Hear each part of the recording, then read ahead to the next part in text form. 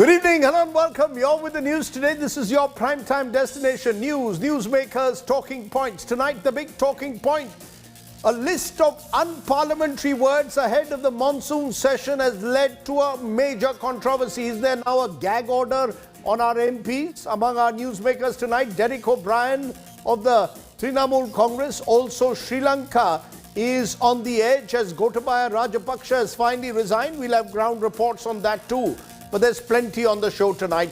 First, the 9 headlines at 9. A major controversy erupts over a handbook for words issued by the Lok Sabha Secretariat.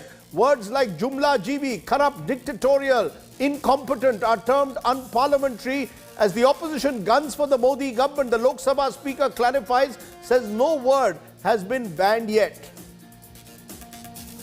Amidst deluge, destruction and death after non-stop rain, some miracle rescues. 3-month-old baby saved in Telangana. Locals also save a biker from being swept away in the state. Across western and southern India, rains continue to spread havoc. Bihar police claim to have uncovered a plot to target Prime Minister Modi during his 12th July Patna visit.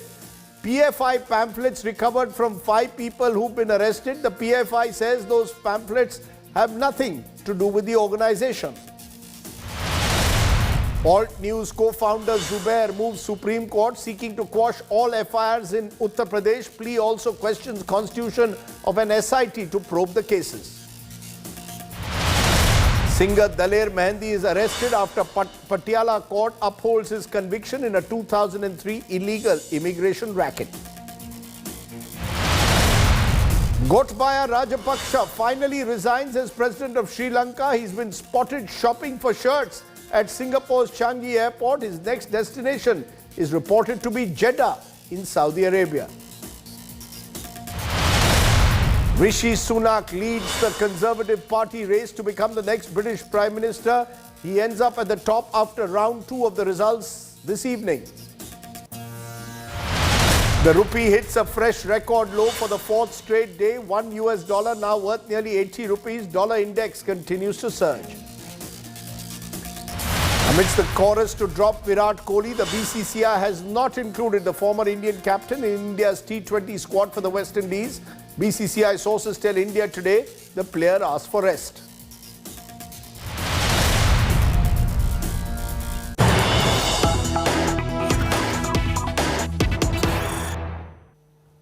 But our top story at the moment, the Health Ministry has rushed a high-level multidisciplinary team to Kerala to collaborate with the state authorities after the first confirmed case of monkeypox in Kollam district of Kerala. That's the big breaking story at this evening. The team shall work closely with the state health departments, take a stock of the on-ground situation, recommend necessarily public health interventions. Remember, monkeypox has spread in Africa in particular. Listen in to what the Kerala Health Minister Veena George had to say. A monkeypox positive case is reported, and he is a traveler from his UAE. He reached the state on 21st of this 12th of this month, and all the steps according to the guidelines issued by WHO and ICMR are being taken, and the health department, government of Kerala, has also issued guidelines on monkeypox. So at present the patient is quite stable, all the vitals are normal, and the primary contacts are identified.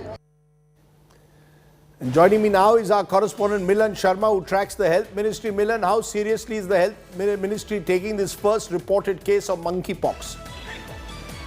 Well, Rajdeep, as seriously as it should, because the Health Ministry has already issued a letter to the states to look at possible cases of spread of monkeypox already, and state governments have to be vigilant. So this is the first such reported case of monkeypox in India at the moment in Kollam district in Kerala.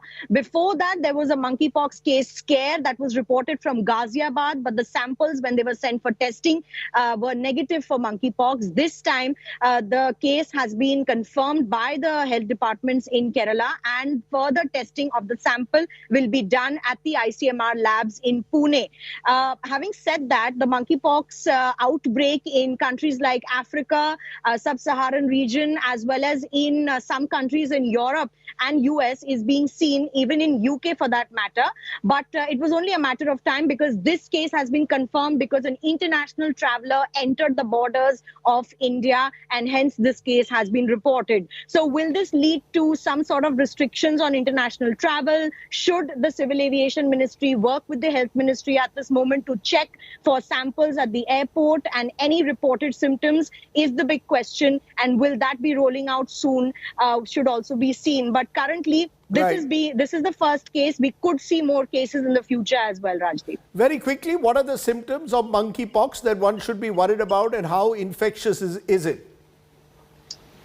Well, it is infectious in a way that if the person's infected saliva touches your body, it's not airborne, just like COVID is. You can't cough and give monkeypox to somebody. And also the symptoms are rashes on the body. There are certain spores that are seen on the body generally, scars that are seen on the body, fever occurs, and also pain in the muscle area. So these are some of the symptoms of monkeypox. But unlike COVID, which is completely airborne and spreads faster, monkeypox doesn't spread as fast and isn't as dangerous as COVID-19, Rajdeep.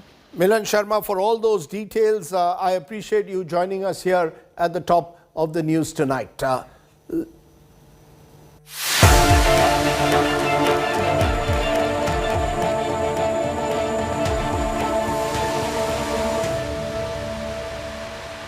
From there to our big political face-off today, because the latest political controversy has come just days ahead of the monsoon session of Parliament, when the Lok Sabha Secretariat's new booklet listing out some unparliamentary words not to be used in Parliament has raised a storm. Some of those words included words like corrupt, incompetent, jumlajeevi.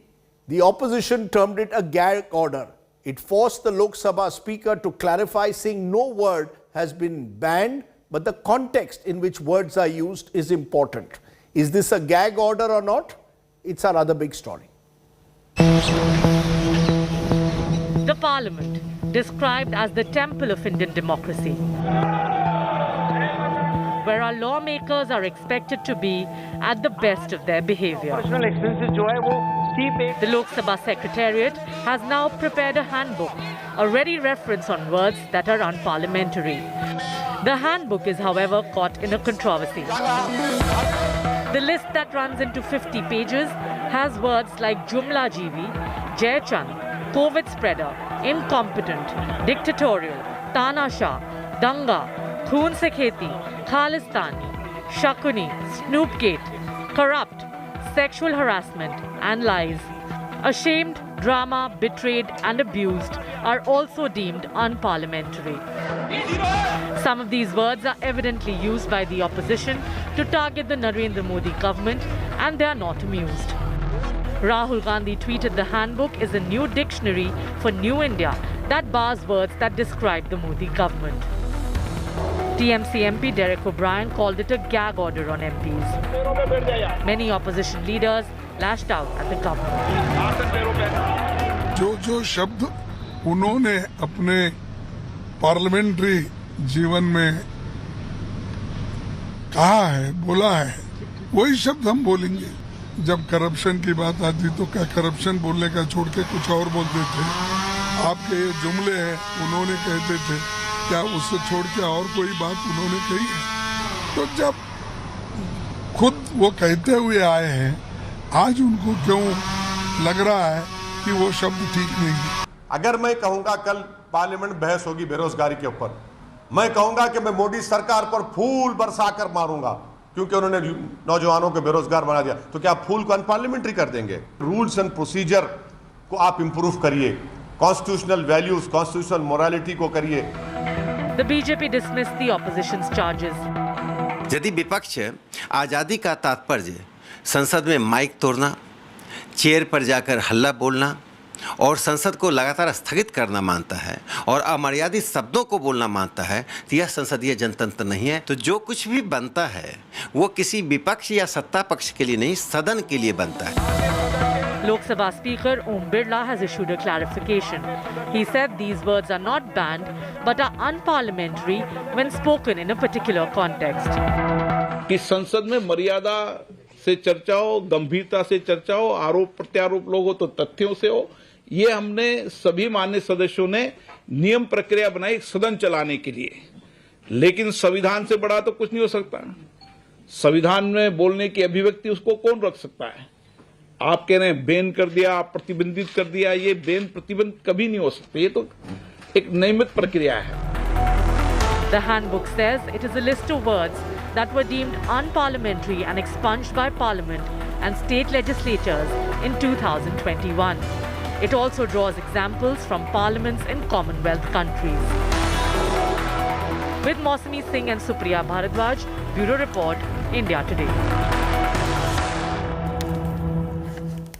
So is this handbook of unparliamentary words that I have with me in my hand a gag order, as the opposition claims, or is this simply words that have been expunged in recent times given the context in which they are used?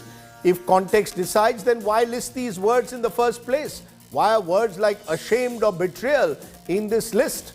Joining me now right at the top first is Derek O'Brien, the Trinamool Congress's leader in the Rajya Sabha. Welcome back to television, Derek O'Brien. You've just come out from a surgery. Good to see you looking well. But I hope you're not feeling ashamed today that you won't be allowed to use words like incompetent. And I hope you don't feel betrayed by what is happening perhaps in Parliament. Give us a sense of why are you calling this a gag order? The Speaker says nothing is banned. You're much ado about nothing.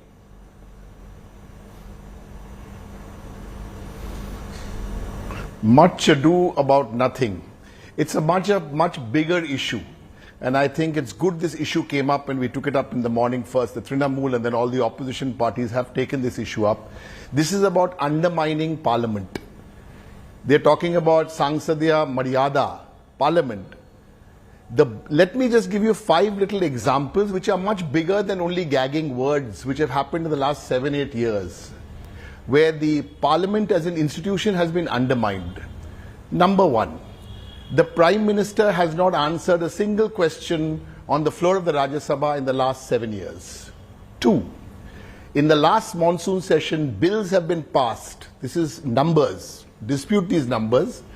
Bills have been passed, 27 bills at an average of 9 minutes a bill. 3, all of you saw what happened during the farmer bill.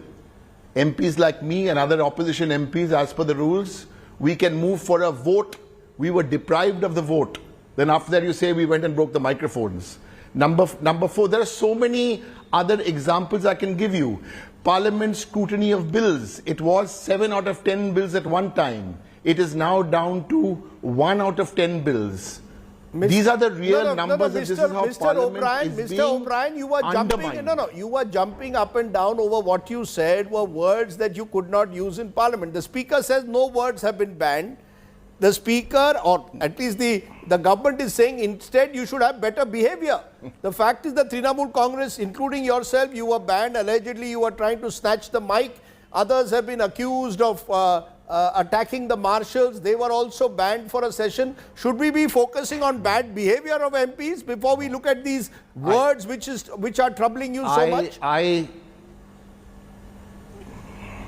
Good.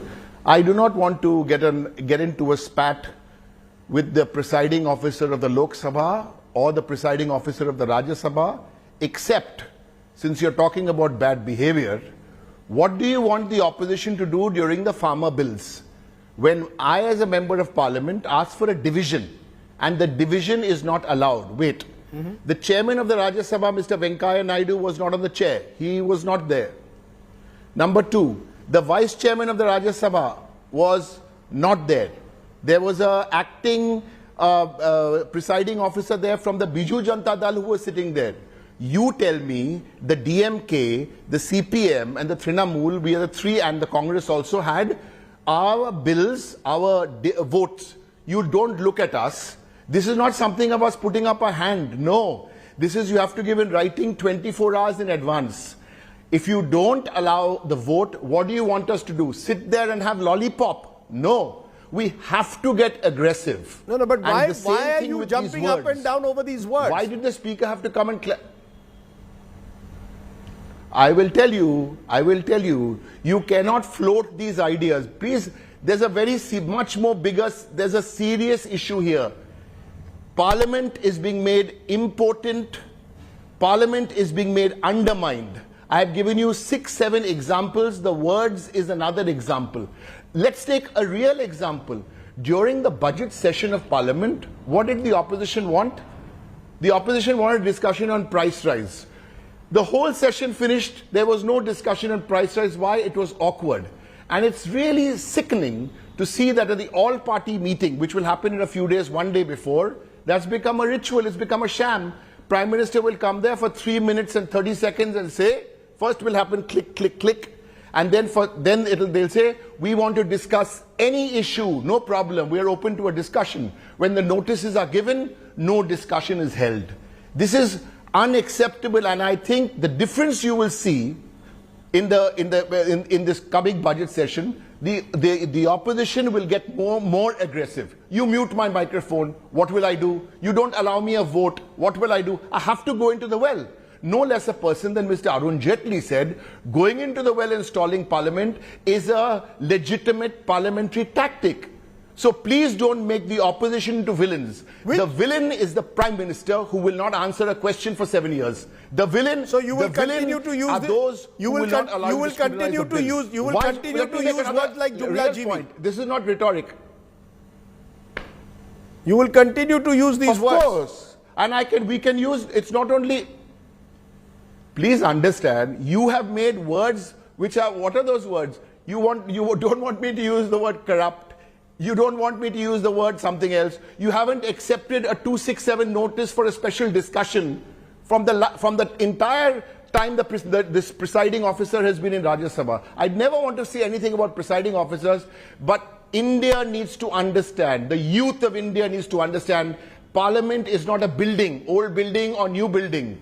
The soul of Parliament is that the opposition has to have its say. The government have the numbers, they can have their way.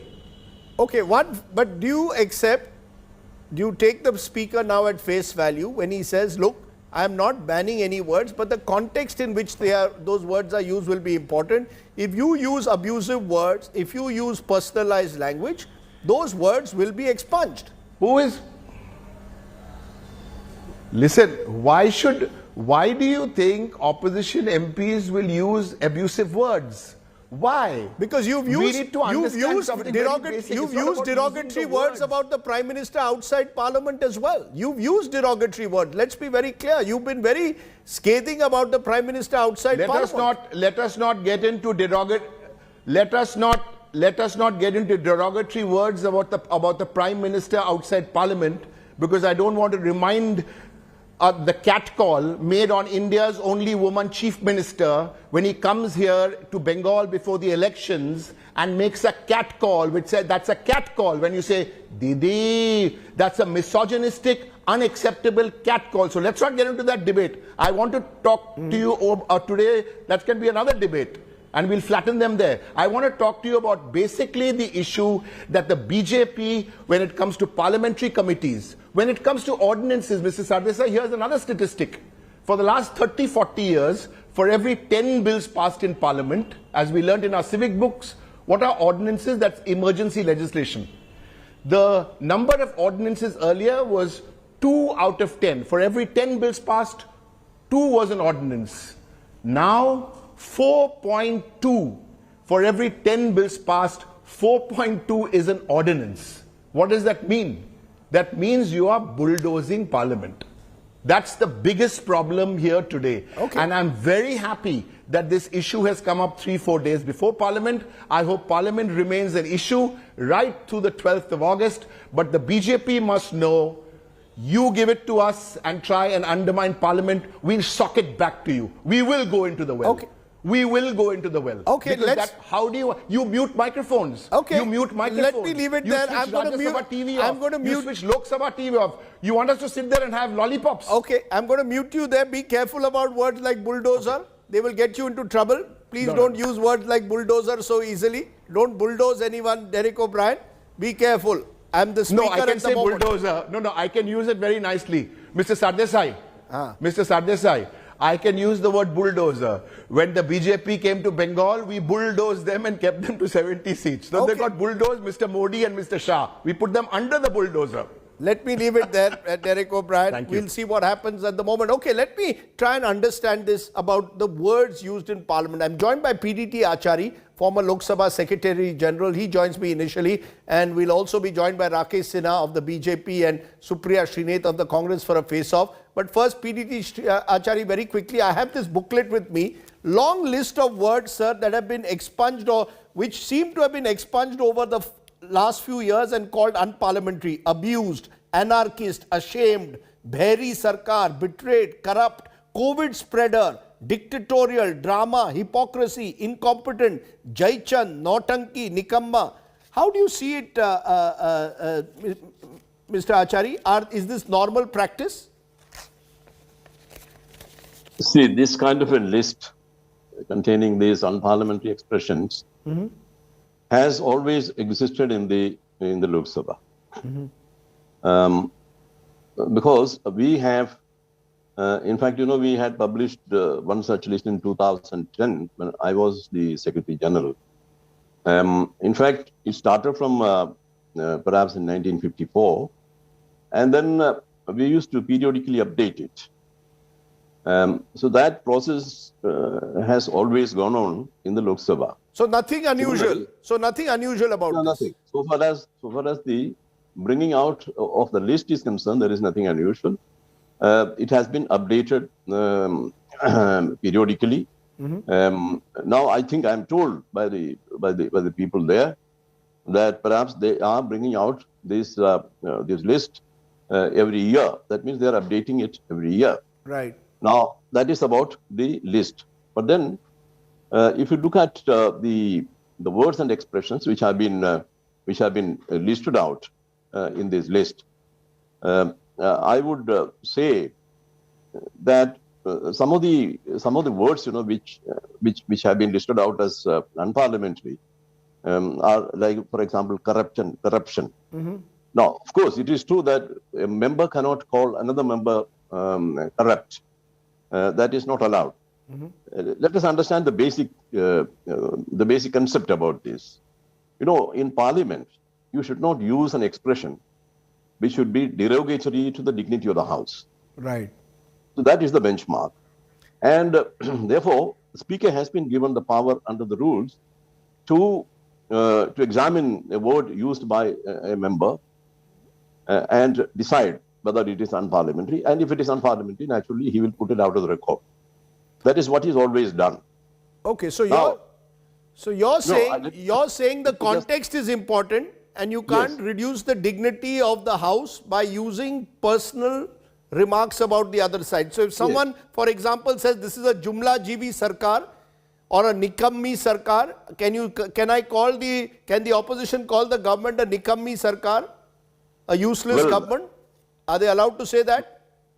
Well, such expressions were used in the past, but some speakers had removed it from the record, some speakers allowed it. For example, I will tell you one or two examples. About Indira Gandhi, a very famous expression was used, Gungi Gudiya, by Ram Manohar Lohia. That was allowed to go on record. But later, in 1969, I think, when Mr. Madhu Limaya used that expression, the speaker did not allow it to go on record. It was removed from the record, and speaker said, "No, I'm removing it. Doesn't mean, it was the fact that it was used doesn't mean that I should not do it." So you're saying it's purely subjective. The speaker will decide whether Gungi Gudiya was used against Indira Gandhi in 67. It was allowed. In 69, it was not allowed. So whether the word nikammi sarkar or jumlebazi is to be used will be decided by the speaker. Am I correct? By the speaker. There is no hard and fast rule. No. it was actually such expressions were used sometime or the other. Now, for example, I will just give you an example, another example. Mm-hmm. You know, when Sardar Soren Singh was a minister, he was replying to a question during question hour. Right. And then question hour was almost ending because it ends at 12 o'clock. Mm-hmm. And then Mr. Hukumchand Kachwa, a member of the Janasangh, in those days when it was Janasangh, he stood up and said, Adhyash Mahodaya, 12 baj gaye. Now, you know, the minister objected to that. Then Mr. Kachwa, the speaker, intervened. The speaker told Mr. Kachwa to withdraw that and say sorry. Normally, it is a very innocuous kind of comment. If anybody says 12 baj gaye, exactly at 12 o'clock, it doesn't mean any offense. But in that context, when the minister, right, because it meant something, you know, that is the kind of context, you know, in which. I want to stop you there because I think you've given us a sense of why it's important. The context matters more than the manner in which words and the manner in which words are used. And as you said, the speaker has a large amount of discretion. PDT Achari, thank you very much for giving us a historical perspective to the use of unparliamentary words.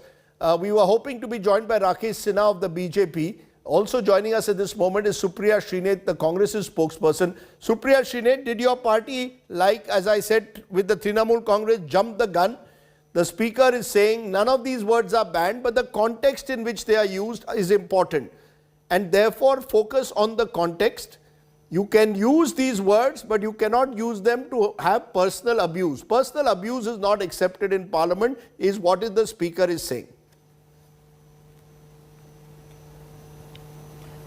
The first and foremost person who should actually apologize for personal abuse should be Mr. Modi, because his machinery, his men, his troll army attacks everybody, irrespective of whether you're in the opposition or not. If you question him, forget about that.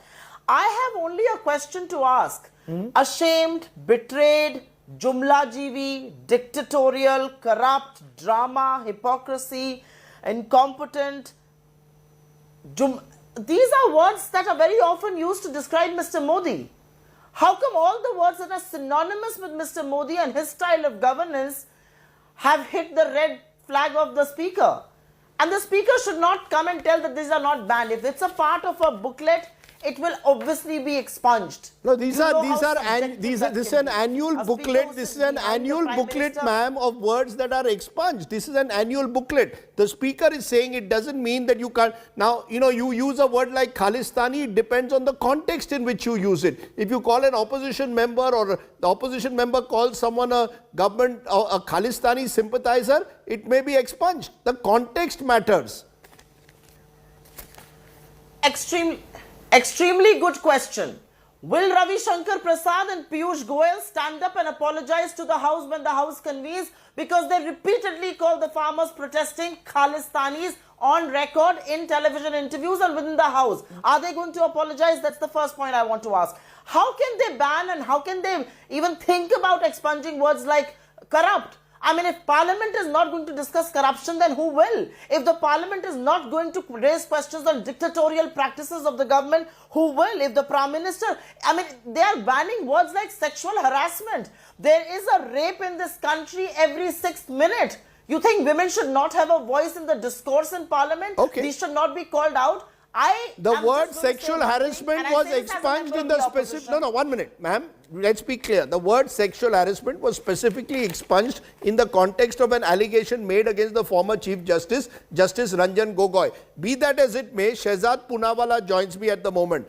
Shehzad Poonawalla, you've heard from Supriya Shrinate. Why is it that words which seem, according to the opposition, to define their criticism of the government are the words that are being expunged? That suggests that the government is protesting too much. You know, Rajdeep, first of all, I sympathize with you that you have to deal with this fact-free allegation making all by yourself tonight. But having said that, Rajdeep, let me put some of the ideas in context. There is no word ban. This is a list of expunged phrases or words which are being expunged in various assemblies across the country or in the Parliament. And by the way, this exercise has been done from many years. In fact, the word corruption was expunged in the year 2011, 2012. You had corrupt being expunged in 1966, Ayogya being expunged in 1966, but that doesn't mean nobody has been able to say Ayogya in Parliament ever since. It means that in a particular context, that word was expunged because of the connotations it carried in that reference.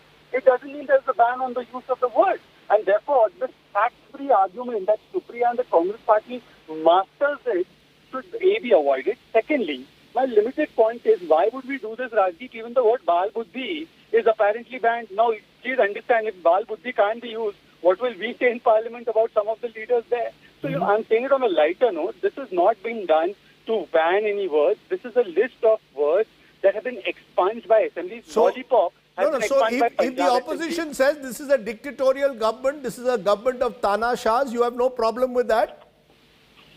Rajdeep, isn't it a bit rich by those who imposed the emergency, those who banned Kishore Kumar, those who put Ketki Chitare in jail for over a month, those who broke Kangana Ranaut's house, those who arrested journalists, those who put sedition charges on journalists in Chhattisgarh and Maharashtra, to come out and talk to us about emergency mindset? I mean, Rajdeep, I would rather have the Satan teaching us scriptures than Supriya preaching me about emergency mindset. So you're saying you have no problem with the use of the words. You're more than willing to debate with the opposition. Am I correct? Rajdeep, let me put it this way. Supposing tomorrow somebody was to get up and say, in context of some of the leaders and their allegations, that these are all unheard allegations, so that word has been expunged in Rajasthan Assembly. It doesn't mean that there's a ban on the use of it in Parliament. Certainly not. There is no problem. There's no word ban. This is an expulsion list. These are a list of words that have been expunged, and that's all it is. Therefore, Supriya Shinen, let's see what happens. It seems at the moment that the opposition, as I said at the outset, jumped the gun. The opposition thought this is again Modi ji behaving like a dictator, behaving like a Tana Shah, and immediately said gag order. Now, as Shehzad Poonawalla says, we're willing to have a debate on all these terms.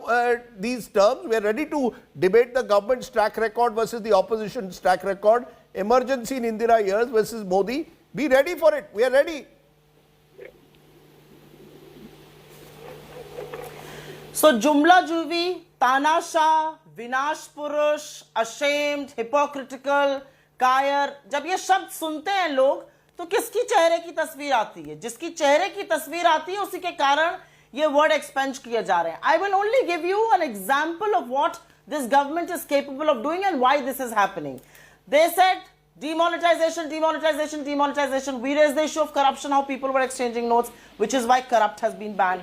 They kept talking about 2 crore नौकरियां हर महीने, हर साल. हमने कहा ये जुमला है तो जुमला बैन हो गया.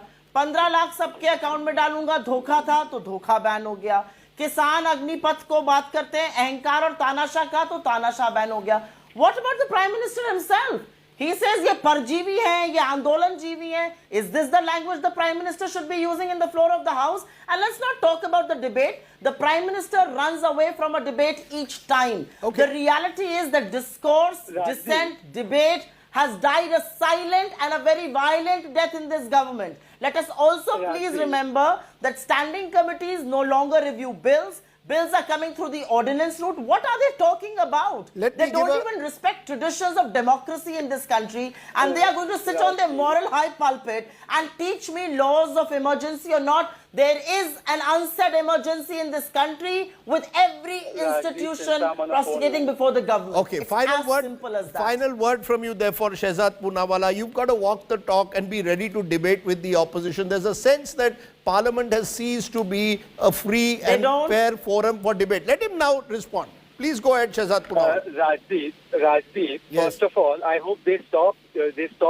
creating violence and hangama in Parliament. We saw what scenes had erupted on the last day of one of the sessions, and we've also seen how they misuse the powers while they were in power in MVA in Maharashtra, and they suspended 12 of our MLAs, and then it was revoked by Parliament you have become. Rajdeep, was happening, I'm on the phone line, Rajdeep. Can I please look at the intolerance? Let him complete. Back of the night, no, ma'am, let him complete. He did not intervene with you. Should and should not do. He didn't intervene. Finish up, Shehzad. Rajdeep, you remember when these people suspended 12 of our MLAs in Maharashtra, the Supreme Court came hard on them. So, I don't need to, first of all, get into this debate about who short-circuits parliamentary procedures, who short-circuited them for 10 years in UPA, how bills were passed during the UPA period. Let's not get into that. The point that I'm trying to make is, Rajdeep, let's assume this word was a banned word. Are they going to stop saying it on TV and social media? Why would somebody ban it in the age of digital media? This is a list of words that have been expunged by various assemblies. It gets compiled every year. There's an entire No, Supriya, that's unfair. You corrupt. Okay. And we will call you Vinash Purush. Okay, you can keep calling them corrupt. You can keep calling them Vinash Purush. The fact at the end of the day... People don't buy it. Okay, people don't buy it, says the BJP. We hope that Parliament will be a forum for debate.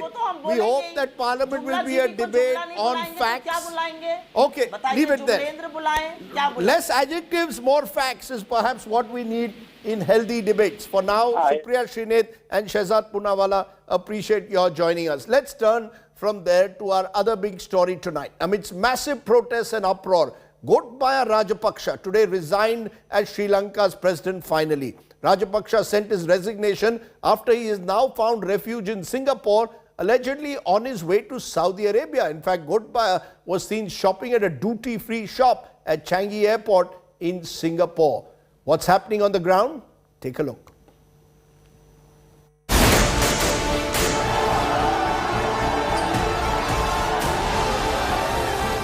Once the powerful president of Sri Lanka, Gotabaya Rajapaksa is now scurrying for safety, hopping from one island after another. After escaping Lanka in the dead of the night on an Air Force plane and landing in Malé, Gotabaya took to a Saudi Airlines plane to Singapore on Thursday, fleeing Maldivian capital Malé, which hosted him for 2 days. As per Maldives government, the disgraced Lankan president may finally head to Jeddah in Saudi Arabia. Away from the wrath of agitated Lankan citizens on warpath over misrule and economic turmoil. Colombo, meanwhile, remains tense. Military armoured personal carriers were seen patrolling the troubled streets, keeping watch on protesters. In this location itself, there are 3 tiers of protection. First by Sri Lankan police, the second by Sri Lankan army, and the third one is there, the armored vehicles which are also moving inside. This is also raising a lot of issues with the protesters who are questioning that when there are no fuel for the public, how come these heavy armored vehicles are getting their fuels? The military choppers which hovered above troubled spots on Wednesday are continuing their low-flying sorties.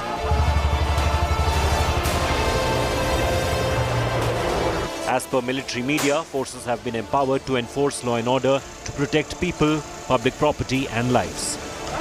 After another late-night standoff with security forces outside Speaker's house, the protesters relented, agreeing to vacate the Galle-phase landmarks in fortified Temple Tree area, including the presidential house and office and residence of the Prime Minister. Meanwhile, there is no end to the economic crisis gripping Lanka. Cooking gas is something really very essential, but because of these supplies, worst affected for next month, be it the petrol, be it the diesel or the cooking gas, every day these women are forced to queue in line facing the heat and the humidity. When supply is affected, their kitchen affected, their families affected, and that has forced them to hit the street against the government. 3 people, including a protester, a police official, a military personnel, have been killed in the standoff and 84 others have been injured. Acting President Ranil Wickremesinghe has asked the Speaker to appoint a caretaker Prime Minister who will oversee possible polls. With Ashutosh Mishra and Pramod Madhav in Colombo, Bureau Report, India Today. So has an element of calm finally returned to the streets now that Mr. Rajapaksa has resigned? Joining me now, Iran Vikramaratne, former State Minister of Finance, Member of Parliament. Also appreciate your joining us, Mr. Vikramaratne. Can we say that the worst is possibly over now that the President has finally resigned? Or will this situation only be diffused after the acting President, Ranil Wickremesinghe, also steps down and you have a possible all-party government in place? I think the fact that the president is gone certainly is a good thing, because the struggle was about the Rajapaksa's going and Gotabaya Rajapaksa going. So that has been achieved. Unfortunately, in this particular way, when actually there was a more dignified, peaceful way of him having afforded to do that, but he didn't take that option.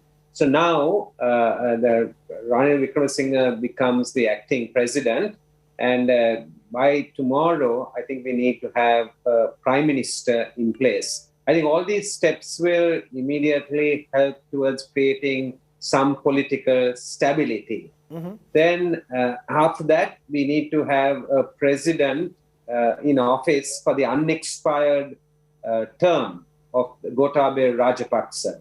That will be decided by Parliament, and that could be decided by Parliament very, very quickly. But you know, there are 2 points that emerge. One is Gotabaya Rajapaksa. We saw pictures of him happily shopping at Changi Airport. He's now reportedly on his way from Singapore to Saudi Arabia. He seems to have got away. It almost seems as if part of the deal that Ranil Wickremesinghe may have had is to allow Mr. Rajapaksa safe passage out of the country. Certainly, the people will be demanding that justice be done. I think there is no question. This struggle has gone on for months. And in this struggle, it said, Gota, go home. It said, we want to go after corruption. We want clean government. We want systems change. And therefore, whatever that has happened is not the end of the story. We certainly have to bring in legislation to recover stolen assets. We have a commission, anti-bribery commission. There is already a law drafted to strengthen it. That has to be brought in.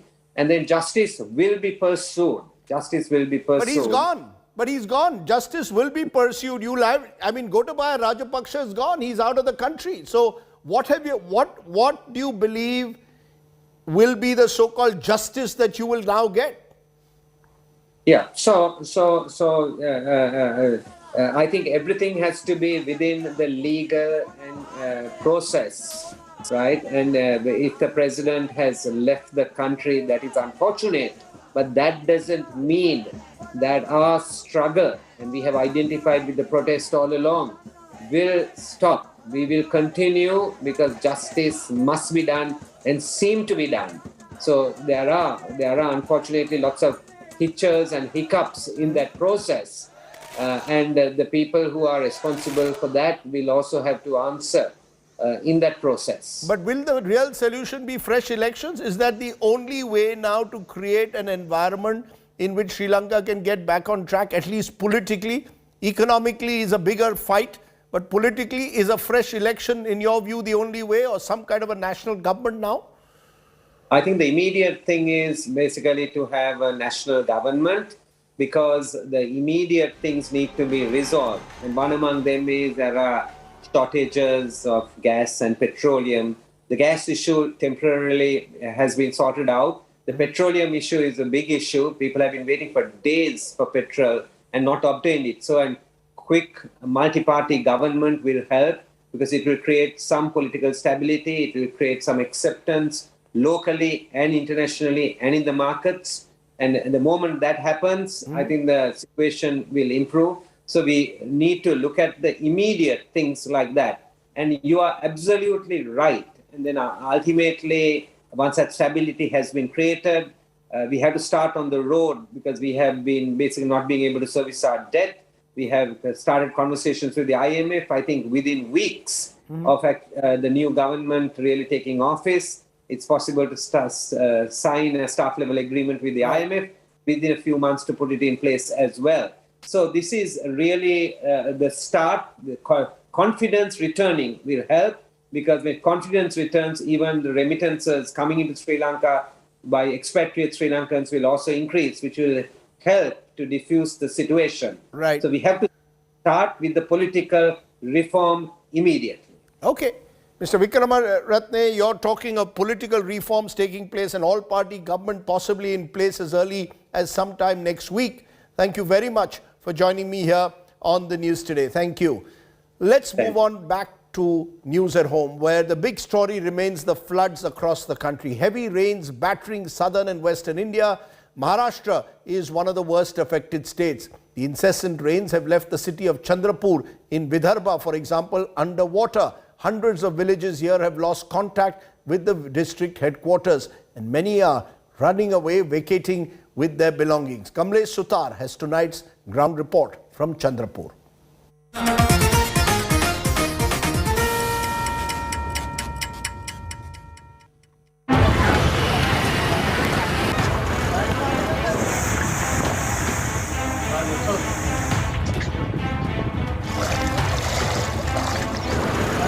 is what Chandrapur from Maharashtra looks like.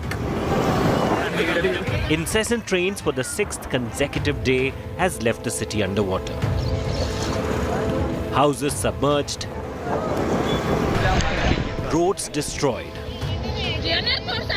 underpasses flooded. Chandrapur has turned into an island. The city got flooded after 7 shutters of the Irai Dam were opened to release the excess water. The floods have disrupted health services in the region. A father was seen wading through water with his sick son in his arms, looking for medical help in a nearby village. Hundreds of villages have lost contact with the district headquarters now. प्रशासन ने हमको बताया है कि घर खाली करो, हम अपने सामान वगैरह लेके राजनगर छोड़ के भी निकल रहे हैं. प्रशासन का पूरा मदत आहे, हमें इन्फॉर्मेशन दिया गया पहले से. येणं जाणं खूप त्रास होत आहे. आमच्या गाड्या तिथं लटकल्या आहे. आता आम्हाला ऑटो भेटते किंवा नाही भेटत आम्हाला माहित नाही, पण तरी पण नाही का आमचा जीव वाचून आम्ही चाललेलो आहोत.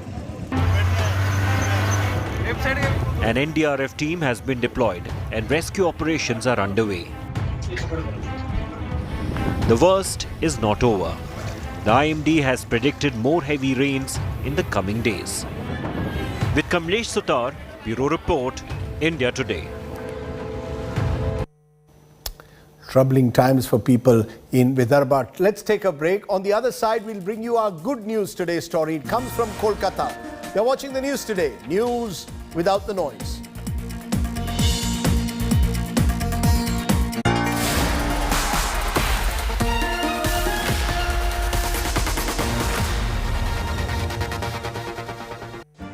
Make your media plan smarter with India Today Live TV on your connected devices.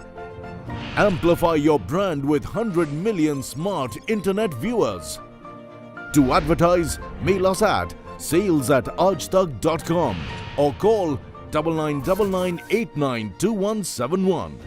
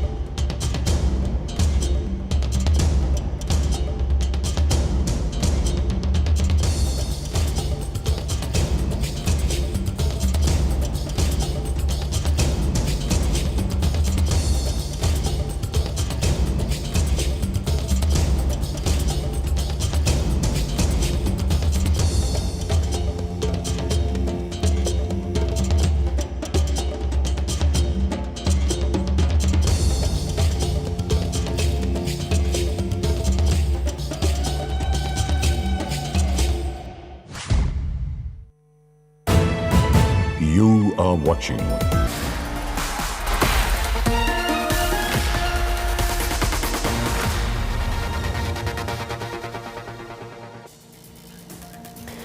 Welcome back. Let's turn to another story of the day. Patiala District Court today upheld the conviction of popular Punjabi singer Daler Mehendi in an illegal immigration racket case of 2003.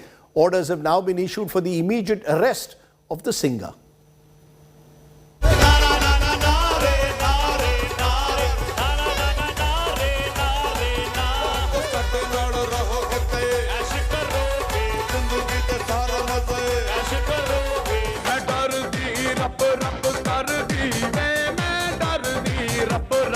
He revolutionized Punjabi pop in the MTV era. a pioneer of big-ticket Punjabi concerts overseas. A darling of the diasporic Punjabis and beyond. Daler Mehendi's meteoric rise was followed by a dramatic collapse. In 2003, Mehendi and his brother were accused of passing off 10 migrants to the United States as members of their singing troupe and returning without them. Multiple complaints were filed against the Mehendis and an FIR registered against them in Patiala. Accused of taking passage money for what came to be known as kabutarbazi, Daler Mehendi was sentenced to 2 years in jail in 2018 for smuggling migrants abroad. He was granted bail soon after. A Patiala court upheld his conviction on Thursday. Appeal जो इन्होंने दायर की थी conviction के order के against वो dismiss हो गई है जी और इनको कस्टडी में ले लिया गया है दलेर मेहंदी को. From a taxi driver in New York in the 1980s to becoming a Bhangra messiah of the MTV generation a decade later.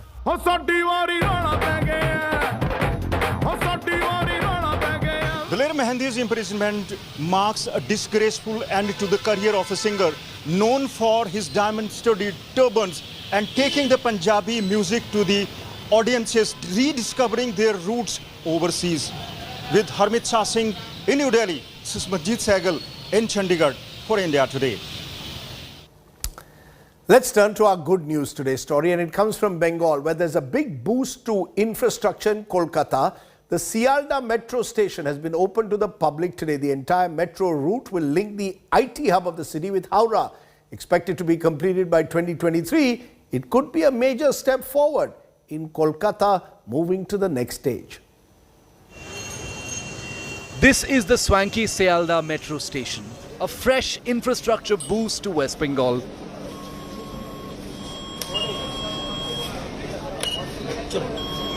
Connecting Sialda to Kolkata's IT hub Sector 5, this route will allow daily commuters to save up to 40 minutes of travel time in peak hours. Metro चालू हुआ ये हम लोग बहुत खुशी की बात है क्योंकि ये बहुत दिनों से हम लोग वेट भी कर रहे थे ये कब चालू होगा क्योंकि सियालदा से सेक्टर 5 जाने के लिए ऑटो कन्वेंस बहुत हम लोग को प्रॉब्लम फेस करना पड़ता है. The new metro route, once completed, will link the IT hub to Howrah. It will go underneath the Hooghly River and will be completed by 2023.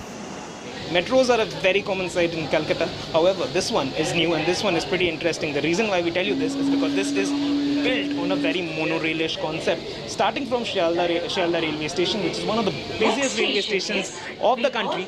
As you can see, this is gonna move over the City of Joy and parts of the City of Joy on the monorail system.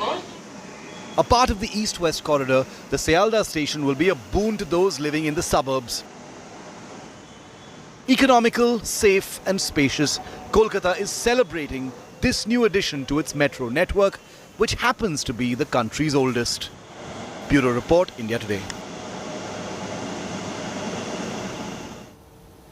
Good to see that happening in Kolkata. Let's leave you then with our image tonight. Lalit Modi, remember him? The former chairperson of IPL, now seen as a fugitive, took to Twitter today and announced a new beginning with actor Sushmita Sen, calling the ex-Miss Universe his better half. Immediately, the buzz was that Mr. Modi had married the former Miss World, and there was a frenzy with the pictures.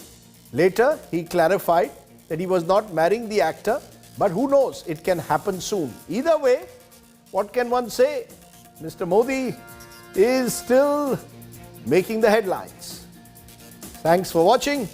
You stay well, stay safe. Good night, Shubh Ratri, Jai Hind, Namaskar.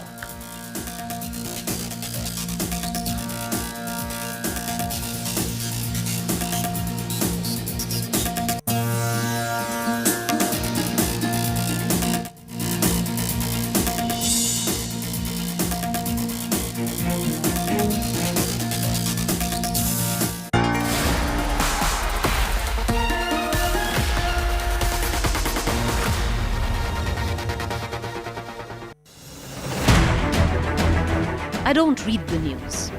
I read between the lines to tell you the true version of events. the true story of our times. To document grief, the toughest assignment for any journalist to be. From those who matter. Women politicians going to stick up for each other. Of those who should matter. I document the truth. I don't distort the truth. I don't glamorize the truth. I don't gloss over the truth. The ghosts of India's contentious medieval history have come knocking again. I hustle for the truth. On the ground, in the newsroom, in the studio. I don't try to grab eyeballs. I inform you to make you see the point. To the Point with Preeti Chaudhary. At these times, only on India Today.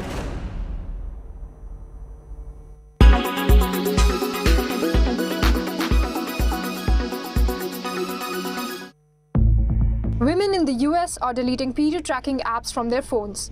This comes in after the US Apex Court took away the constitutional right to abortion. But why uninstall these apps? It's because there's a looming privacy concern. The fear is that data from period tracking apps could be tracked and later investigation can be carried out on people seeking abortion services. Since the ruling was announced, women in the US started posting about uninstalling the apps on Twitter. Women are not just deleting these apps, but also their personal data. One of the popular period tracking apps, Flow, announced a more data-secure solution. They talked about an anonymous mode that will allow women to use the apps without anyone getting access to their personal details. Tech giants like Google, Tesla, Meta, and Amazon have also stood against the ruling.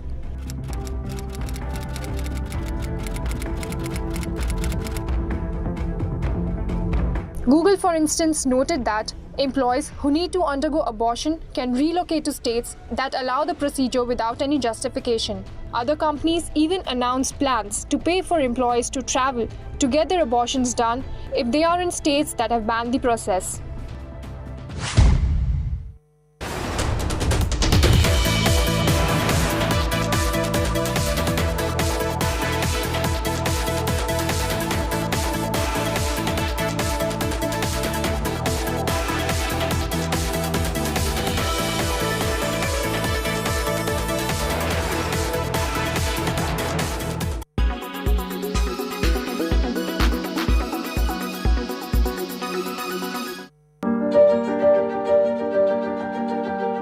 NASA beamed doctors into the middle of the International Space Station while they were physically on Earth. This might seem like a scene from a sci-fi movie, but this technology now exists. NASA tried this new method to ensure medical help is provided to people in adverse situations. This is being called the first holoportation handshake from Earth in space. So what is holoportation and how does it work? According to NASA, it is a capture technology that allows high-quality 3D models of people to be reconstructed, compressed, and transmitted live anywhere in real time. When these images are combined with mixed reality displays such as HoloLens, it allows users to see, hear, and interact with remote participants in 3D. The technology gives a feeling as if the person is right in front of you. NASA says that the technology could be highly effective in deep space where communication lag is a major problem due to the immense distance between Earth and other objects. Using the Microsoft HoloLens Kinect camera with custom software, NASA flight surgeon Dr. Joseph Schmid and their teams were holoported. They interacted with astronaut Thomas Pesquet in a two-way conversation. Holoportation is not new. It has been in use since at least 2016 by Microsoft. But this was the first use in such an extreme and remote environment as space.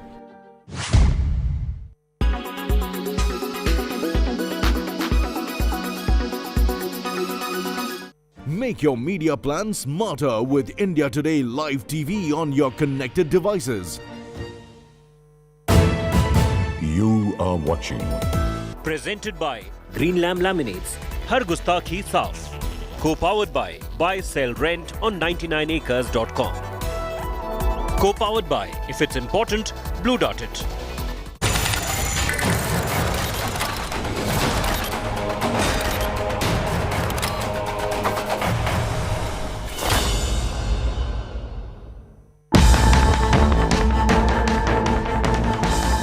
Terror's Mission 2047.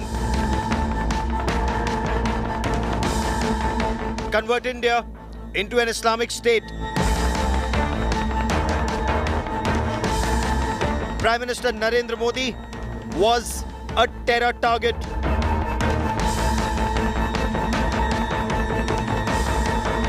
Three, including a former police officer, arrested.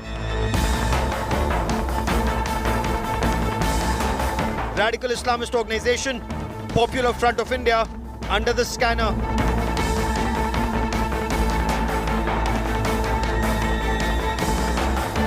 But how wide